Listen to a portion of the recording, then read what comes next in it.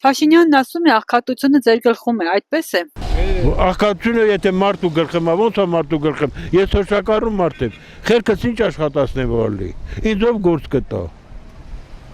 Դա պետության ձեռին է, պետությունն է օգնում մարդուն։ Այն օրը վիճակագրական կենտրոնից հաղորդում կար,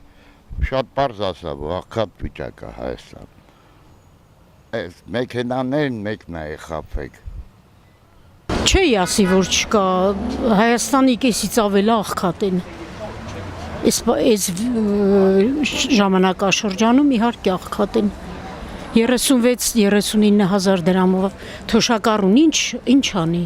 Դե իհարկե վարչապետը նա պետք է ասի, որ չկա,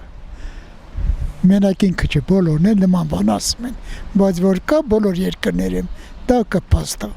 Չէ, ինչի չկա, եթե թոշակառուն ստանում է 30,000 դրամ, ոնց կարող աղքատություն չլինի։ 30,000 դրամով ոնց ապրի մարդը։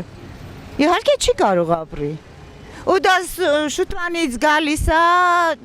երկրաշարժից հետո այս վիճակն է մեզ մոտ անընդհատ սպասում ենք նորությունների, լավ բաների, բայց տեսնում ենք, որ ոչ մի լավ բանի չենք հասնում։ Ալա նայ էլի, գնա նայ։ Սա աղքատ են էլի։ Ով կաստի հարուստ։ Մեկը ասում է, մեկը չի ասում, ես վախելու չունեմ ու ճիշտ էլ ասում եմ։ Թող իմ ասածը տեղ հասնի, թող իմանա, որ տենց երգիր չեն պահում։ Աղքատությունը շատ է, եթե էլ ասեմ, կաշառակերությունն էլ ավելացել է հիմա։ Դե Փաշինյանի մարդկանց գլխում է։ Ինչ ասեմ, լավ է։